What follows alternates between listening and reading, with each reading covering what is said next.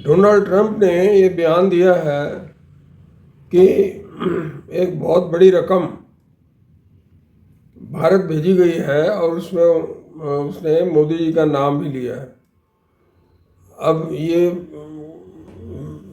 पैसा जो है इसलिए भेजा गया कि वोटर टर्नआउट को बढ़ाया जा सके, यानी कि लोगों को घरों से निकाल कर वोटिंग की जगह ले जाया जा सके। अब हर पार्टी जो है वो कोशिश करती है कि उसके जो वोटर्स हैं वो घर से निकल के जाएं और वोट करें।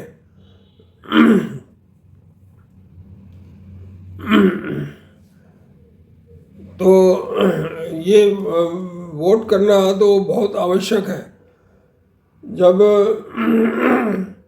सियालकोट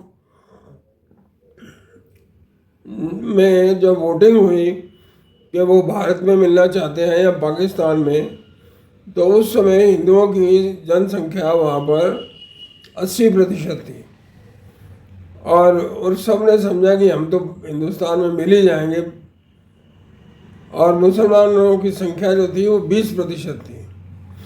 तो मुसलमान जो थे वो सुबह से ही वहाँ वोटिंग जो जगह थी वोटिंग पोलिंग बूथ के ऊपर चले गए थे और फिर वो वहाँ से वो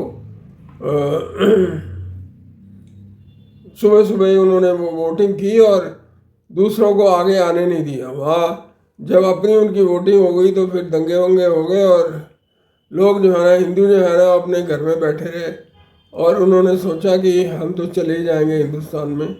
लेकिन जब रिजल्ट आया तो पाकिस्तान के पक्ष में वोट अधिक निकले, क्योंकि हिंदुओं ने वोट डाला ही नहीं था। इसलिए वो सियालकोट जो है पाकिस्तान में चला गया। यदि हिंदू उस समय वोट डालते घर से निकल के तो वो अवश्य ही भारत में सम्मिलित हो जाते। तो ये जो वोट डालने के लिए प्रेरित करना, लोगों को घर से निकालना, ये एक बहुत बड़ा काम है।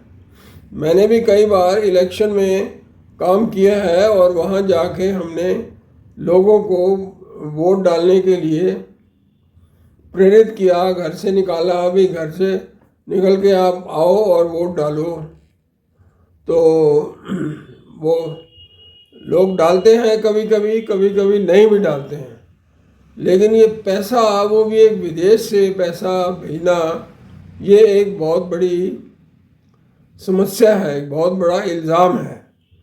मुझे नहीं लगता कि ट्रंप जो है वो सही बात कर रहा है। मुझे ये लगता है कि मोदी सरकार के खिलाफ षड्यंत्र पिछले साल से ही चल रहा था, 2024 बल्कि 23 से ही चल रहा था। ये मुझे